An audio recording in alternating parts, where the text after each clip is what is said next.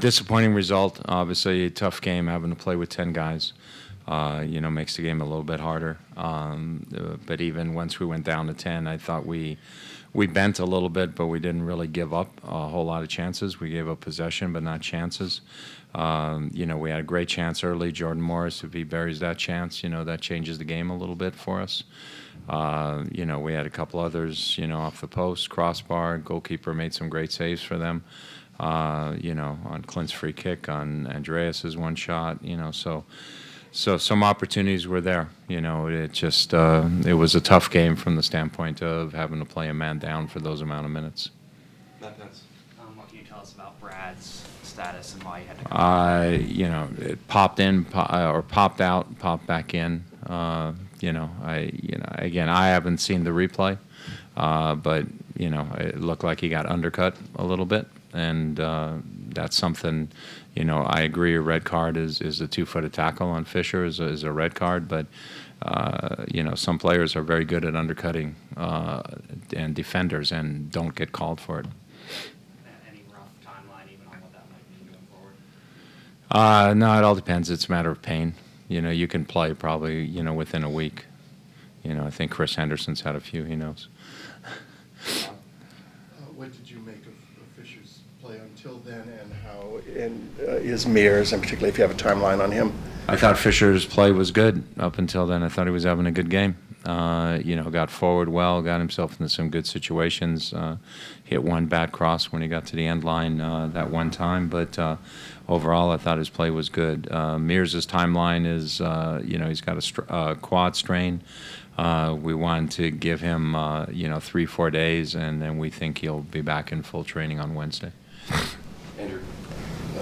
Coach, Sporting Kansas City had 19 fouls, only got booked twice. Does that strike you as unusual?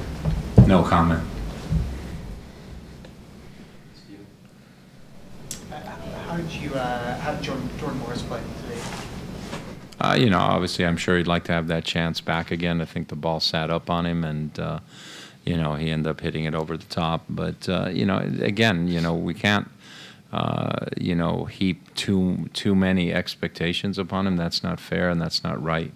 And allow him to grow into play. It's his first, this is his first game, first regular season MLS game. What was the message to your team at halftime? Well, the message at halftime was, just stay in a 4-4-1, and see if we can get opportunities to go forward. See if we can get put ourselves in a situation to get some corners and some free kicks, because we think we're dangerous on those, which we did. For that group to went out there to give me 15-20 minutes, and then we'd start to get some fresh legs on and go from there. Ryan. Cristian, can you talk about your game filling in for Eric, and then second half moving it right back? Yeah, obviously it was a very difficult game for us because we had 10 men.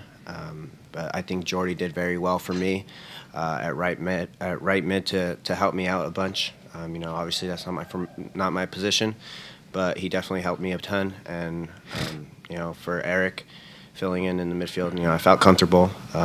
These guys have the confidence in me right now, so I'm just trying to step up and play a good game. Matt Calkins. What did you think of Nuno's goal? Was that a great shot? Was that subpar goal? I don't know if Stefan was unsighted a little bit, if he saw the ball late. Obviously, it seemed to skip past him, off the wet turf. I'm sure it's one that he'd like to face again, because I'm sure he'll feel he can save that. But, he's made a lot of big saves for us. Cristian, how tough is it as a player to sort of shift your mindset from playing in the middle a little bit where you're more comfortable to having to go out at right back and sort of refocus and sort of do the job out there? No, it's part of being a soccer player. You never know what's going to be on the field, and for that play, when Fisher got the red card, I knew instantly that I would be going to right back. It was pretty easy for me because they didn't really run at me, and Jordy helped a ton. Like I said earlier, he helped me with 2v1 situations, and I felt like they didn't really get too many crosses off me. Steven. Came out with a good scene. 10 in the second half. Did you feel that the system just didn't need to be changed at that point, or that you wanted to wait a little longer to change things tactically? No, I thought we were doing okay. You know, at the end of the first half, we wanted to keep that group going for about 15, 20 minutes and then bring on fresh legs at that point, you know, and then we tried to encourage guys to go forward a little bit more, you know, as the game wore on, especially when we were down a goal. Michelle. What are the positives that you're taking away from this match, Coach? The positive things for me were I thought when teams were even, I thought we were the better team. I thought we created the earlier chances. If we bury those chances, like I say, goals change games. So we always talk about chance creation. I thought we created some chances. We were dangerous, even playing a man down. The combination where Dempsey leaves the ball for Morris, who's coming inside. You know, if he gets a little bit of a better touch, gets off maybe a shot. Dempsey's inside to get a left-footed shot off. You know, in a combination in the second half as well. You know, our shooting from distance needs to get a little better, you know, when corner kicks get cleared and so forth, and we've got some shots there. But you know, overall, I was pleased. I was the only thing I was maybe a little displeased with in the first half when we were even is that I felt we could have built out of the back a little bit more. I thought we could have held on to the ball back there a little bit more and not played as many long balls. And you know, so sometimes when you have a guy like Nelson who's good at challenging, you sort of say, okay, let's just lump it up to him. And we've got to, you know, we've got to feel confident playing that way because they pressed up. And that means midfielders for us were getting open, but a lot of times we were bypassing that.